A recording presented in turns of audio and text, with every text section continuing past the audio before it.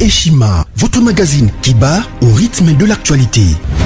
Retrouvez la nouvelle édition. Exclusivité. 60 ans après l'indépendance, État de droit sous le leadership de Félix-Antoine Tshisekedi.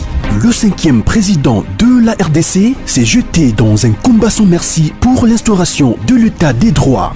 Contre vents et marées, Fachi Béton décide d'en finir avec une politique d'impunité, la gratuité de l'enseignement de base, l'amélioration des relations diplomatiques, la sacralisation du Conseil des ministres, l'indépendance de la justice, le redressement de la RDC, focus au Katanga. Le gouverneur Jacques Kiaboula construit les routes du Haut-Katanga pour relever le défi du social et du développement. Le but est d'inonder Lubumbashi et les autres centres urbains de produits agricoles tout en baissant leur prix. Découverte, nommé directeur général Barnabé Mouakadi veut rendre la DGI plus performante.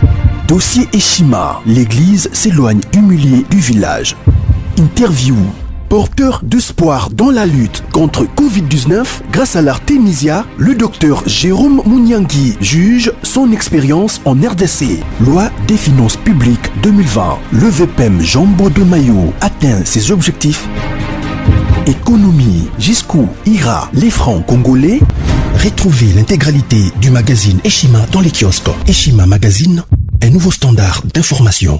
Mbote bandeko balandia sango ya Congo partout dans le monde. En tout cas, plaisir que babino ebele libosa ba poste télévision na bino pona kolanda biso nanzela ba sango ya Congo chaîne bino informa kabino ba actualité ya mboka na biso na ngolo lelo na yambeli bino vraiment secrétaire national ya jeunesse na kombo ya monsieur Douli Muntululu to betane masoli etali politique sans plus tarder na pesi mbote na invité na jour monsieur Loulou. Bonjour. Bonjour maman et puis bonjour na ba téléspectateurs non so internautes non so ya sango ya Congo et puis na PCP aussi merci pas ya manager na bino wazali ko encadrer bino merci mingi na musala bozo sala. Voilà, maître Loutoko, tu as vraiment l'actualité, Yamboka Mikolo, moi, vraiment, conseil de ministre au Mokonzambo, qui bon la semaine passée, vendredi passé, et créé, moi, nous, et belé, à l'oblique, Basiji, et belé, to banal bosso, on a point de bosso concernant, tuerie, aux Zana Est, tout le monde, massacre, les alliés, continuer, bon, et comme Timba n'a été fait, au bac, non, ça test, baboumi, bango. Réaction des amis par rapport à massacre de Zana Est. D'abord, on a présenté ma sincère condoléance à ma famille, Baza éprouvé. Bana bakina osala test mais malheureusement baki kozwa kama oyo ba rebelle baki ko mabango et puis bana musuba ngo sala examen d'état ba preuve oyo liboso basala ka examen d'état malheureusement bango bazala ki musuba zala ki violé ba musuba zala ki toiki sango pe aliwa donc to présenter ba condoléances ko bakiza passe makasi koleka mais likambo ya est manina anticiper ko bakiza mingi likambo ka ba congolais parce qu'il y a certains congolais ça dépend bisika zali ko se retrouver. Mais il y a des opposants qui ont sa responsabilité, mais il n'y a pas de diriger Bissolobi. Alors, il y a des opposants qui ont le pouvoir, il y a des fautes qui ont le pouvoir Est. Mais oui, vous avez raison parce que le Cambo Est est fait dans le monde entier. Tant que vous avez Pandi, Charlie Hebdo, c'est-à-dire un magazine satirique qui est en France, tant que vous avez Pandi, bato bakufaki biso tout bakome ko lelisa biso makasi bolela pona Charlie Hebdo bolela tango yoki bakoma ba Israélien ba sali bo pona bombe kuna o biso tout o ba Israélien malamu te bozo nga ba Israélien te mais biso tango bato kufaka na est c'est comme si bato baza silencieux baradizo ko la prise dans match ya Champions League ki makambo bato kufa na est or opinion na bango na niveau ya Europe baza la informer na kamozo kana niveau est to ba ke guerre est za guerre bongo za guerre te ke nini atelemi kuna atelemi côté ba où il est loko moko ya biso toujours ba guerre za limité ba boya ba bomi ba zoni ba kei bozo réclamer ni zo banate bozo senga biso to sala bino ni bazo senga te so yimbo to ko senga mbo to pesi bango mais toujours ba te bazo senga biso ni ya to sengi communauté internationale au MONUSCO baza déjà awa conseil de sécurité bozo vraiment ba résolution ferme et puis ba sanction pour permettre à ce que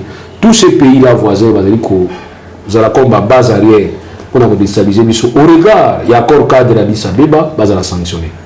Est-ce qu'il y a qui proposé chef de l'État mon proposition mon côté par rapport à genre créer armement opérationnel pour côté les militaires civiques que baza pour belébé.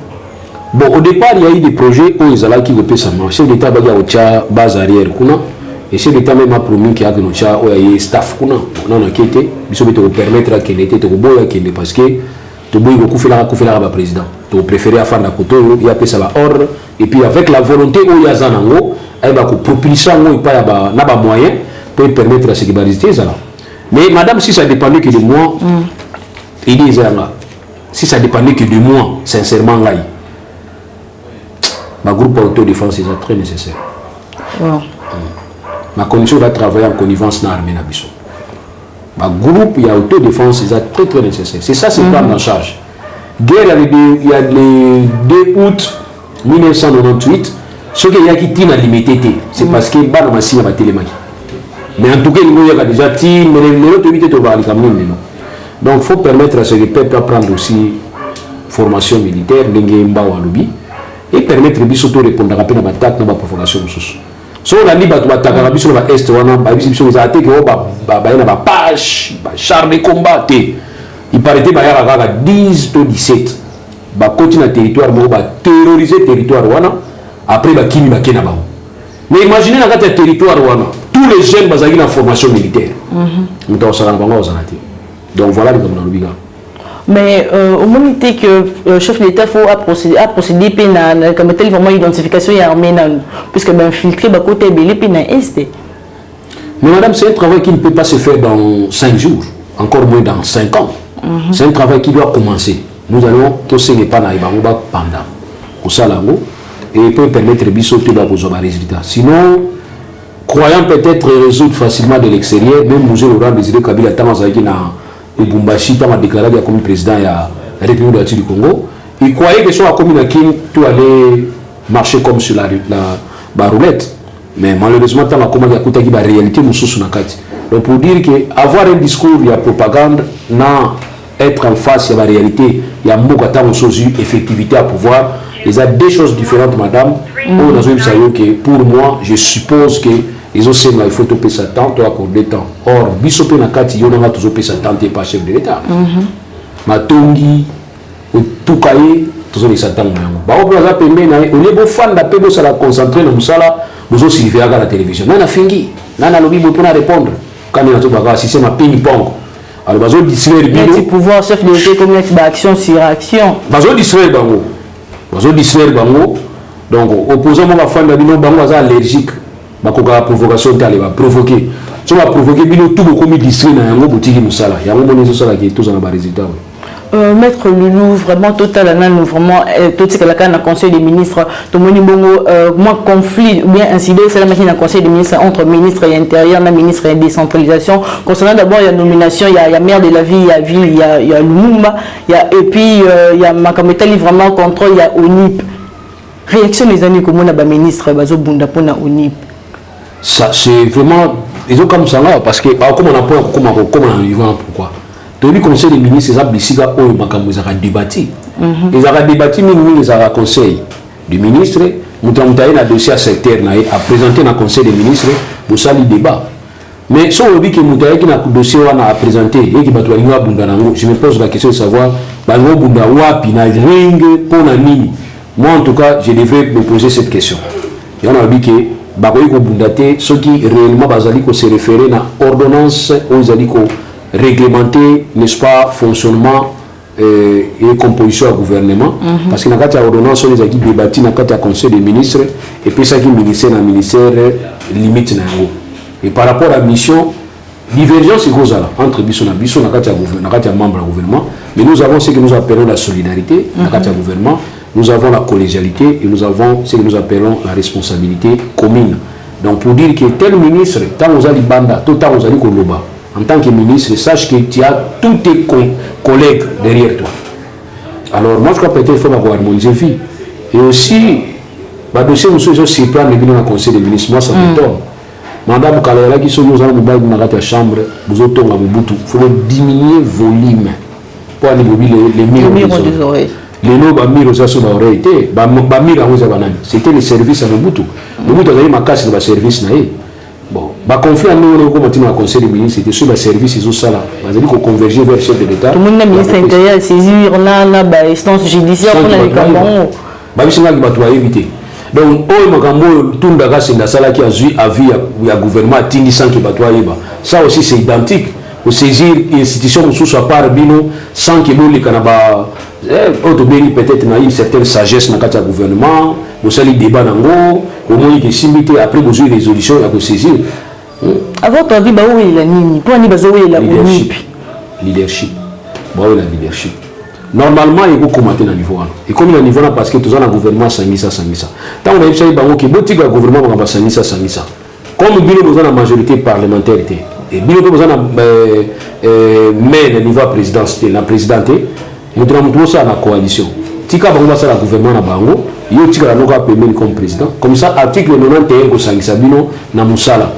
C'est comme si on avait besoin d'un président avec ses amis, avec pas ses amis, avec ses proches. Il y a parti politique, il y a un gouvernement. Or, même si le chef de l'État, dans le contexte de Zanango, il y a un membre du gouvernement, mais il y a un parti politique, il reste chef de l'État. Donc, toutes les décisions il faut qu'il y ait, en tant que chef de l'État, il va participer dans le parce que le constituant a prévu un système il y a Mitoumi Balé, l'exécutif. Nous avons le président de la République, nous avons le premier ministre qui est le chef du gouvernement. Mais au regard de l'article 91, ils sont obligés de collaborer. Collaborer pourquoi? C'est parce que l'histoire politique, tout ça, c'est que Kassavou, Babundaki.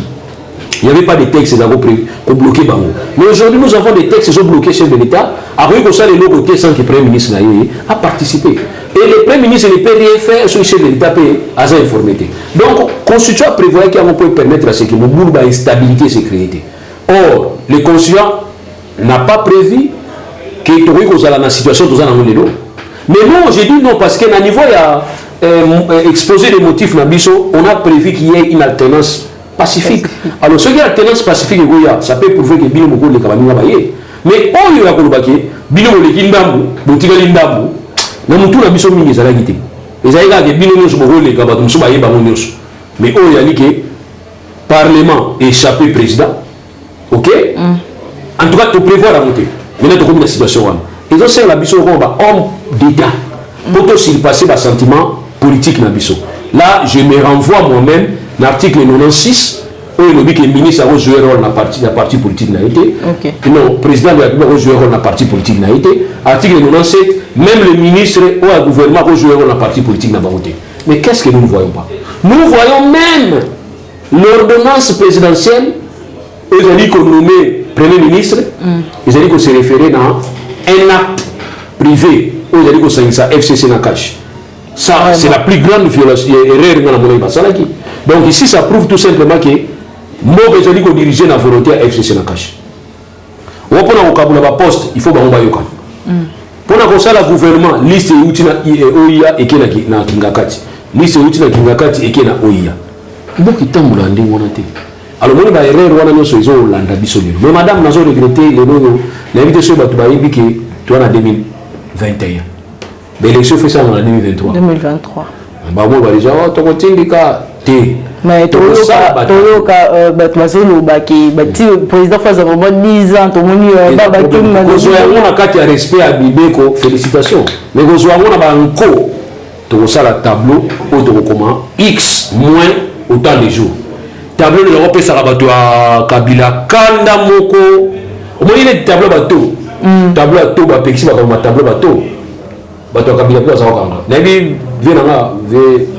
Quand on a un tableau, il y a X moins X, on a X moins T. Il y a un peu de X moins pour te savoir que l'identification ici a vraiment tant. L'identification nationale. Mais maman, la vérité, bon, là, on a entre sur la question. Entre nous, oui. Oui, que la mouille va l'ingaba. Oui, mais moi, quoi, l'ingaba ibete. Donc, ça dit, comme Bino, Bino, quand tu vas oui, bateau, ça passe. Donc, on va s'engager pour la prolongation, il y a l'élection, ça la pour le recensement, ça la rendement, il y a eu des gens qui ont marché, qui ont fait. Donc, ce qui est le régime, on les a dit qu'on a caractérisé par régime, il y a Makila, c'est parce que Batuba Boya qui m'a candidat, Batuba Koufaki. alors ceux qui biso ba oto yé to kanisa ki to ko bongisa makambo ba to basala ki liboso to ko se comporter le rôle bango madame ezala ki to côté parce que to lobi que Nouveau Testament et au sur l'Ancien Testament donc pour na biso toi na nouveau régime c'est comme un Nouveau Testament to sur l'Ancien Testament ba pratique wa kalawana na limité to sala yo na sait ba to mususu be oh non chef qui tourne pas signé qui na place à premier ministre l'état wana makambo na bango auto zo nsango sur lelo ya na pesa opté bolanda conseil à mona mukilia kolingate olanda référence pensée du diable pour dire que ça malamu non toute pensée venant à mutala mutama beza aga mabe wana faut tchango na mutu déjà dès le départ c'est si ngai mutu alinga ngate so apesi nga conseil à malamu il faut na tala ba motivation na yini et na yeba nini ya lingi na penser na esima c'est ce qui est important donc to la date que comme bango basala ki mabe biso veto sala mabe te biso to na possibilité à sala mieux volonté c'est déjà qui est différent moyen sur les athées il faut comprendre mais il ne faut pas forcer parce que le problème la biso yali ba to azali ko entourer chef de l'état même la partie politique mais il a besoin d'entourer souvent ba arrive au humanité ba misque il faut ça non ici il faut travailler quand quelqu'un vous provoque vous n'êtes pas obligé de répondre est-ce que vous êtes obligé de répondre mais au moins avec au moins ba vient na biso na ba kabuya na ba kabund ba ozera radio na litoi on a lobaki on mtu moko FCC lobaki au moins pas que micro yaka muta FCC lobaki non vous prenez le temps travailler et c'est le travail qui va faire que nous allons bien vous juger. Monsieur Loulou, tous on a vraiment la main conflit, on a un ministre intérieur, un ministre décentralisation, tout y est sa opinion, opinion publique, ceux qui vraiment ONU peuvent revenir dans le ministère entre les deux. Il y a un mandat, il y a une ordonnance, il y a une ordonnance. Est-ce qu'on va expliquer opinion publique? On va expliquer opinion publique. Mais recensement, évitez. Il y a population. Évitez. Faut que tu fasses un biso moko kaka maman. Oh, comment ça? Faut que tu fasses un biso. Ministère moko senga on a 17 ministères. Pour que ça va te poser ba ko sala na musala. Il y a un problème. Eh madame. Voilà, ministère moko, au moins ministère moko. Il faut que la tendance belé. Les ana parce que ministère ils ont la mission principale, il y a une mission spécifique. Alors, tiki mission principale la ministère qui gagne, son Europakala, j'ai une mission spécifique, créer une mission, créer un ministère de ressources. Donc, je pose problème. Mais en tout cas, c'est tellement ma gestion, ma n'habitez. Moi, je dois tout le temps aller dans le Mobutu, Isaïki, dans le Mobutu, le ministère intérieur. Même l'élection, ils ont un ministère intérieur. Mais compte tenu de la difficulté de la guerre, la contestation, on va confier une structure indépendante, on appuie à la démocratie, vous allez gérer le niveau à parler, le niveau à l'Assemblée nationale, on te bénit de l'OCDE. Mais au fait, en tout cas, ils ont dit ministère de l'Intérieur, mais va gérer. Bon, bien au moins, le ministère de l'Intérieur, la mission de l'eau. Bien au moins, le conflit à la mission de Gabon. Parce que le conflit, il y a un conflit à dénomination, il y a un conflit qui Gabon. Là, vous savez que niveau à Sombalès. Même si on oublie qu'ils ont un petit mot à Mickey, à voyou mot à Mickey, to y bamoté. Même si on habite milice Kassimé à moi, oui, qui m'ont empêché de déranger par moi. Bon, si vous comprenez, si vous placez à l'élection, si vous placez à Moutouana, à organiser l'élection. Donc, c'est un résultat, il y a un résultat, il y a un baiser à Malamou, parti mon souci de l'ingagité au Sani. Et il donc, madame, il y a un problème, il y a un ami qui va gérer la tension à Bango. Mais pourquoi pas m'accompagner dans le conseil des ministres, il faut que je me je me suis dit que le ministre moi contacté parce que il y a des retards. Je vais photo.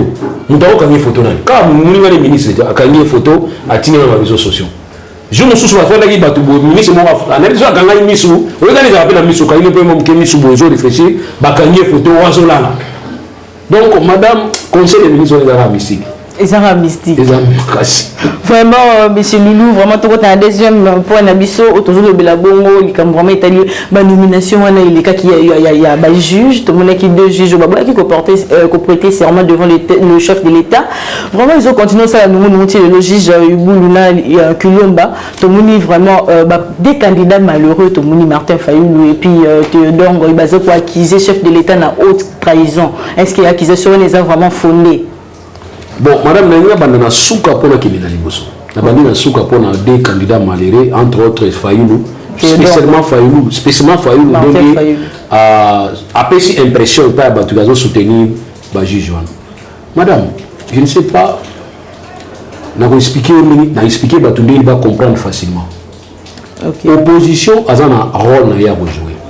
Opposition a une structure où il récupère la faiblesse et pouvoir en place.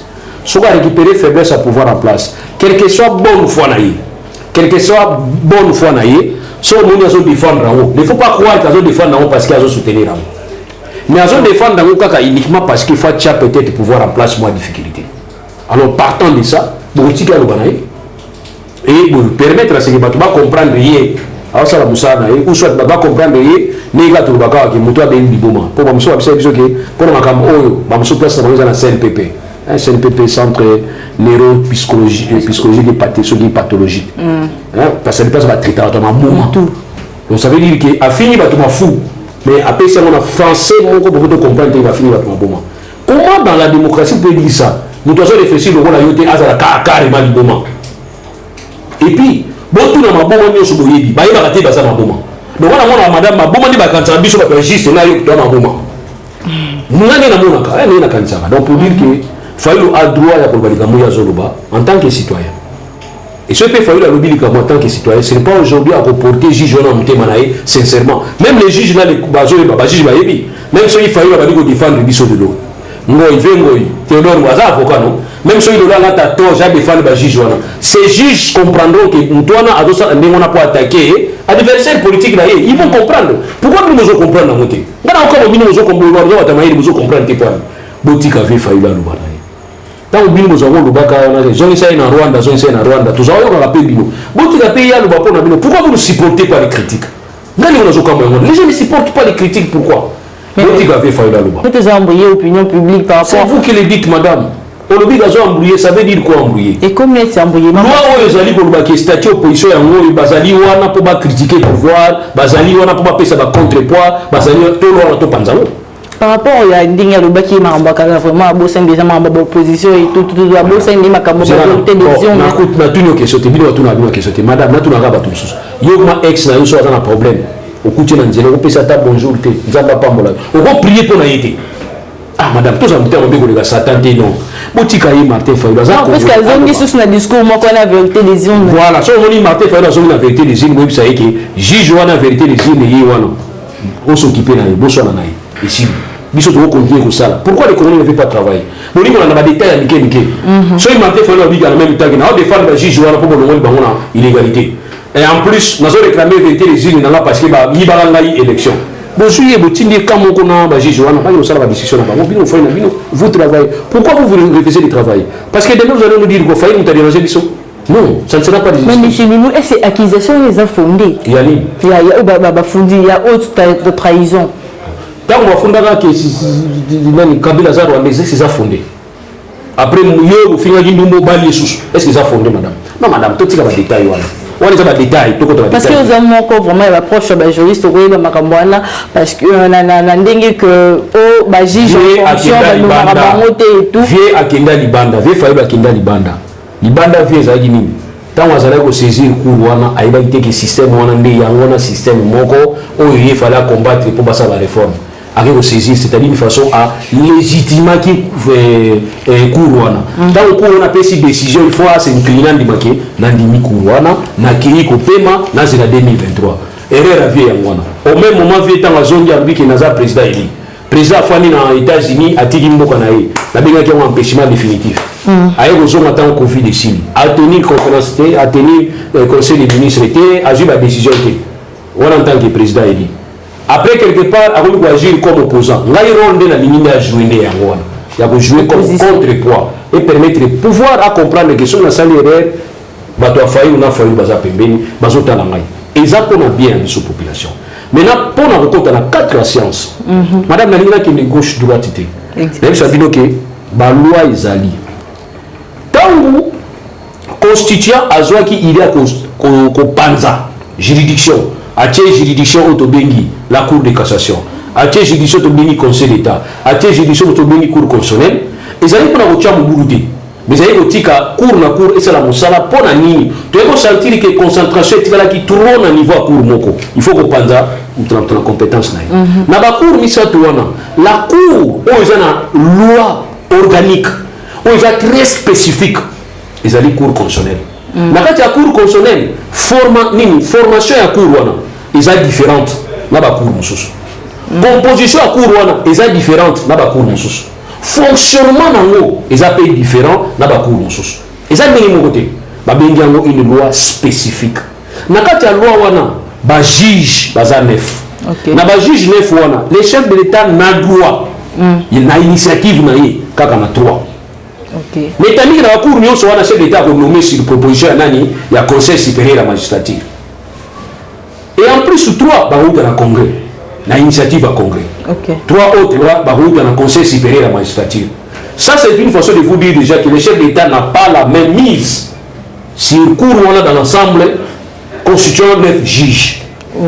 Pourquoi? Parce que c'est cette cour qui est la juge naturelle pénalement le chef de l'État, n'a le Premier ministre.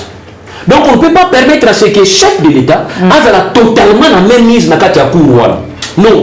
Sinon à ce moment-là, tu vas nommer bateau yo, ou ceux qui ont sali mamé boé ba landela yo, exact. Wale za constituant mutachacha, c'est-à-dire mokilimibe kwa mineni, ye mtalinga kimbe mwana. Na kati ya cour wana balobi ki bazana loi organique, o kutabu sabango. Loi wana faut l'article 31 et le bibuyo. Et le ki ba membre ya cour wana. Y compris même ba procureur bazar attaché na kati ya cour wana. Bazali bateau yo ba ko la volonté na bango moko. Démission volontaire. Tout ba ko si proposition ya conseil supérieur à la magistrature, ceux qui basali mbeba. Ou bien bah ceux qui mandat na yesili parce que basali un système à rotation. OK. Voilà le baolongo. Place mo balobité que ba ko nommer ba bisika mosusu. Ba pekisi ba lobi que ba membre ya cour ba ko nommer ba ngote ba zo ba okyo to benga ngo ba fonction publique. Bazal en droit. Même pas par le chef d'État. Ba ko ki ko zala nommer pendant période na ba ya mandat. Bakoki ko zala nommé na ba poste public te. Et ce qui est tout ce qui est. Et ce qui est bon. OK. Ce qui est nommé ba na poste moko public. Maman, nana ko violer libeko. Muto aboyi ko kende kuna ko alinga ki liboso après aboyi to muto anomaki bango. Muto anomaki bango. C'est simple, qu'est-ce que vous ne comprenez pas? Bon rectifier tir.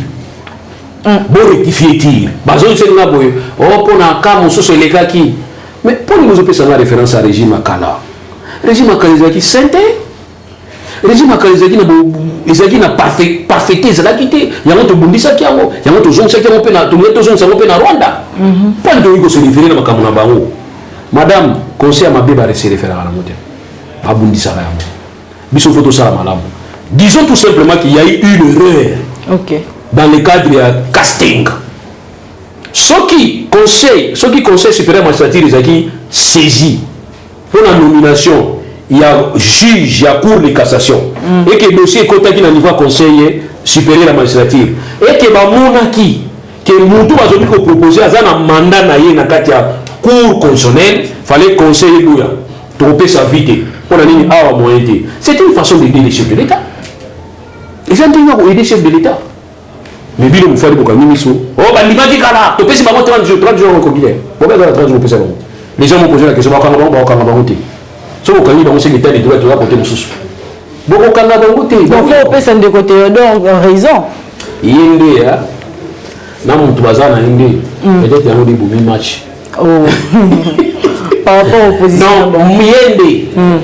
Même quand on sous les arabes, il y a une idée. Vous comprenez?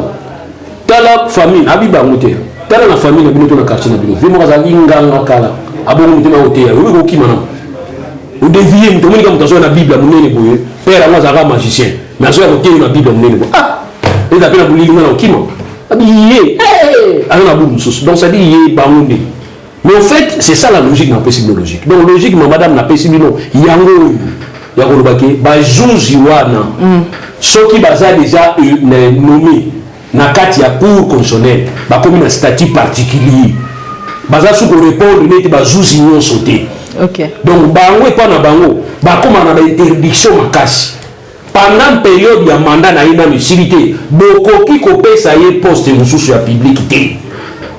Si on PC poste mususu ya public, oh ya zo PC poste, il faut y ba ça ni mabe. Mabe ça. Non, vous comprenez? Non, mais c'est pas du tout. Comprendre. Si quoi est là, tout ça. Na vie sur le monde au Seigneur, à tous à papa, nanda, biso to papa. Elle est mon appréciation, bêti maman bata, na tini bibliothèque. Pas. Au monde que maman a eu raison, et que nous en tort. Mon frère ko kende obe sa journée que bengai, madame, excusez-moi na mbata na zoiki. Na kozo ma pozo misa. Mais limi sana kaka. Et c'est lui. Mais ouais, bino, ma bé sala boli ko couvrir ngo, ko ko pesa ngo ba couleur susu, so mo ta lobi kala mo ta ndeke na za bo suri ngo ba o mta fayu. Mo ta fayu peut-être. Donc fayu no Théodore bilonde tant que na dossier na boko ba to bia te ba monter mais nzoka ba pe ba congolais ba ko lo ba pe monsieur Lino ko yebisa biso impact vraiment ya ba nomination ya 64 juges wana sur le plan juridique là sur le plan politique. Bon, sur le plan juridique na évité, sur le plan politique madame pe na yebina ngate mais nga pour na ya lineke to tia bateau il faut to tia na bisiga faut to tia c'est bon. Mais bateau de Monique, bazar déjà na ba mandat na bango surtout na niveau cour constitutionnel, botika ba mandat na bango ici là, comme ça, bazar c'est béni. Ah, il y a beaucoup de magistrats où ils ont mérité. Ce qui y a boui, botika côté muso, so Monique y a ça incompatible. Botika côté muso so qui comme ça qui.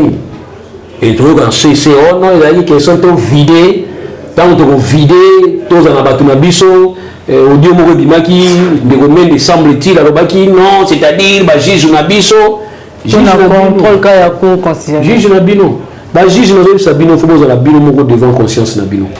So bozo senga bango ba pesa bino indépendance, bango ba ko pesa bino na sanité. OK, bino net boza na mettre ba indépendance na bino. Na ba acte bozo poser na ba réaction na bino.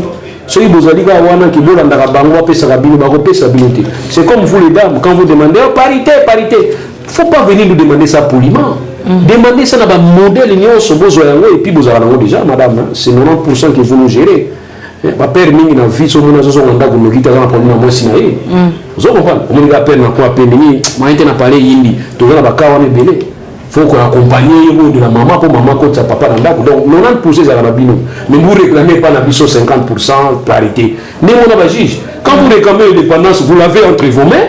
Pour ça de là, vous ko ça de la montée. Donc voilà, on dit que l'indépendance que vous réclamez par les politiciens, va appeler ça teinté, l'hypocrisie. Mais au bout vous avez ça comme troisième pouvoir. Vous allez remarquer que vous avez est-ce que vous avez dit que vous avez ressemblé ça, Premier ministre, et ça va juge.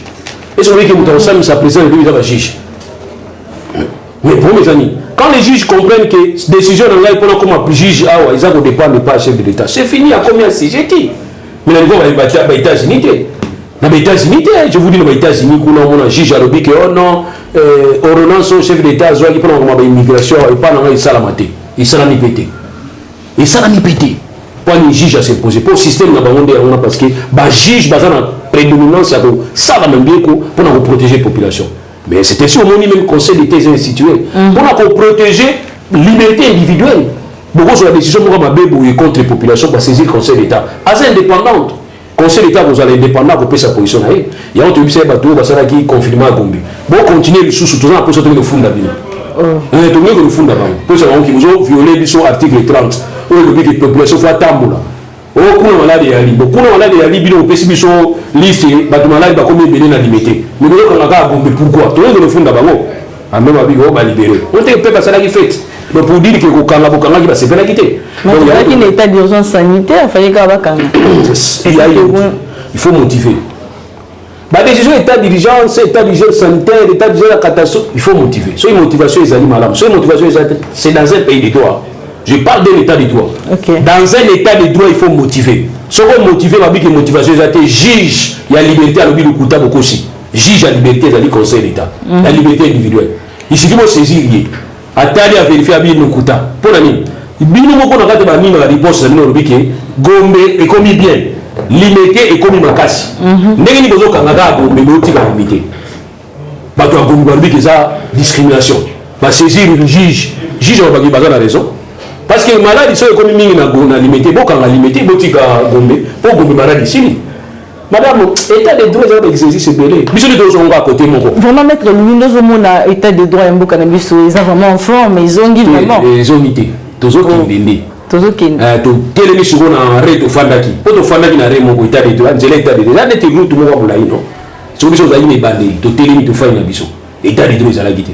Si vous tuez bien au téléma, net au téléma debout congolais non, parce que congolais même a debout congolais dans bon les a debout, donc il a raté. Ils ont debout congolais, marchons en avant, ils ont été quand debout congolais, redresser, vous les gars vous redresser, vous avez debout. Voilà, ministre de l'Anora debout.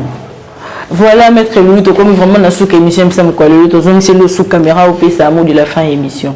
Merci, c'est pas lui n'attend bouger pas là. J'ai eu le temps comme vous expliquer, nous on a cessé. Cessez nous sommes à casser les amis, surtout prochainement occasion, Naza libre, n'a pas solo, n'a bino, n'a pas bino. Pour comprendre les lois peut permettre de revendiquer bien. Mais les gens ne comprennent pas là. N'a pas de musulman là, autre marché. Bon marché contenu, tu dis je sers malon daté. Ok, c'est bien. Si vous proposez de éviter, oh, faut y aller musulman proposer. Autre marché, ni tu soutenir je sais malon. Bon soutenir les poids ni. Oh en tout cas tu évites la tinibiso. J'ai compris que peuple a un problème. Sérieux, mais il faut tout comprendre nous tout que nous avons eu des innovations au niveau de la loi autopermitée, tout ça la réforme. Mécanicien sur la salle mutuka, à baby sinzo to mobimba. Pour que PC bilamba pemba lata, ya kitoko fubo sani. Bo sokolana bi, a sokolana nzoto. So ba sokoli nzoto ape buzi bilamba sika to sani bo PC. Mais biso la mboka na biso seni bilamba sikeye to la tsa bilamba sika, mais salité ya kala nzoto zana na nzoto. To sokolana mo seni. To lubisa yango. Tout ça la réforme pour s'adapter au contexte. Na côté la évaluation tout ça, na l'expérience tout ça, na raté tout ça, tout bani tout ça pour l'avenir. Tout fois d'habitude d'abord tout réfléchir. Si mané tout yeba, bon ba la malonda té. Malonda za mutu la yolo kolanga. Difficulté na bino zani. C'est parce que bozo tinda ka batu pemela malonda ba za d'expérience té. La fois parce que bozo tinda ka mutu moko aboya ko bino. Oui bi histoire. Botinda ki mutu moko boboya ki ko bima. Botinda ki mutu moko boboya ko bima. Mutu wana botinda ko boya ko bimeza nani. Ezali botindie na mandat na bino. Botindie na mandat na bino, mais mutu wana boya ko bima na ye. Conscience ezali. Mutu muso botinda ka tango ka ya ve pe ya sonam ve tisegeli. Ve mo la tala moniere bu. Ve na kindaka na compte ya 7 soki soutien Etienne Tshisekedi. Ve a commis na kati tout ce qui s'est passé à l'intérieur ve a ebagina été. Pendant que les candidats crient que Mouyi déjà na kati kuna ye muto batinda ki na kati ayebi nete. Tant que signer ba PV, oui que vient à signer ba PV, tout est bon. Donc tout ça est un problème. Donc Malonda za mutu lokola bino.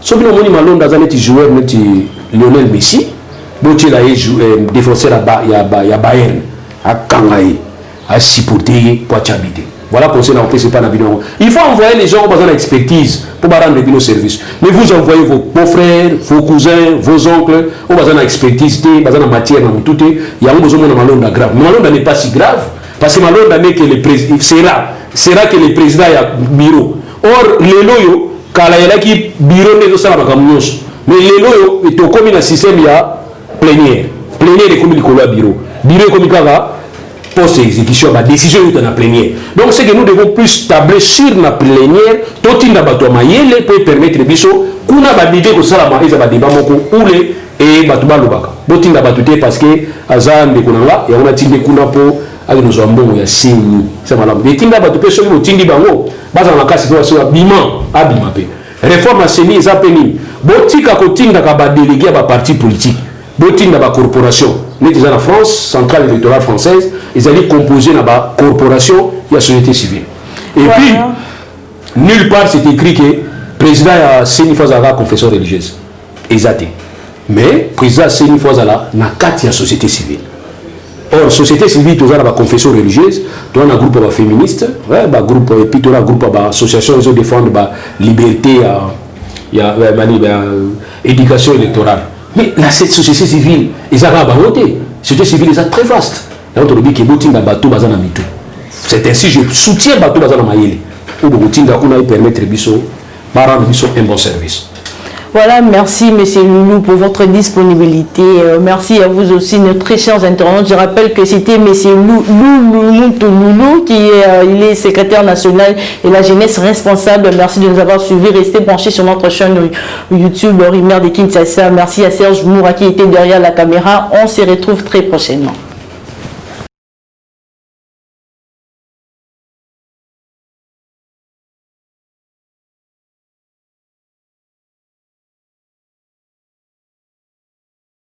Conteneur yango todo sala adi londolé Feli, ah, Mosengo, Feli, tout ça la conteneur, ma voiture, tout ça qui ça, ma carton, ils ont qui Kinshasa. Et en plus, la bonne chose, voiture na yo, quand on a qui ça, te prends pas la tête. Il y a la bisson, chargé bilo qu'on a yo, te relivrer à domicile, sans un bon au teki, c'est parti. Holanda, tout ce qu'on a fait. Les Bilongo, ils ont figuré dans l'équipe de France. Il y a un Sika, un millier à Matinda, ils ont Bilongo, tu annonces à autant des années. Mais à un certain moment, il y a les cabarets, tous les cas, tout s'est rattrapé. Pour changer la réseau de la connexion. Donc, il y a un live, il y a un plaque à Bruxelles, il y a des francs, il y a un verse. Facilité, tu as remarqué qu'il y a un réseau. Il y a Matinda, bah au moins il y a des difficultés.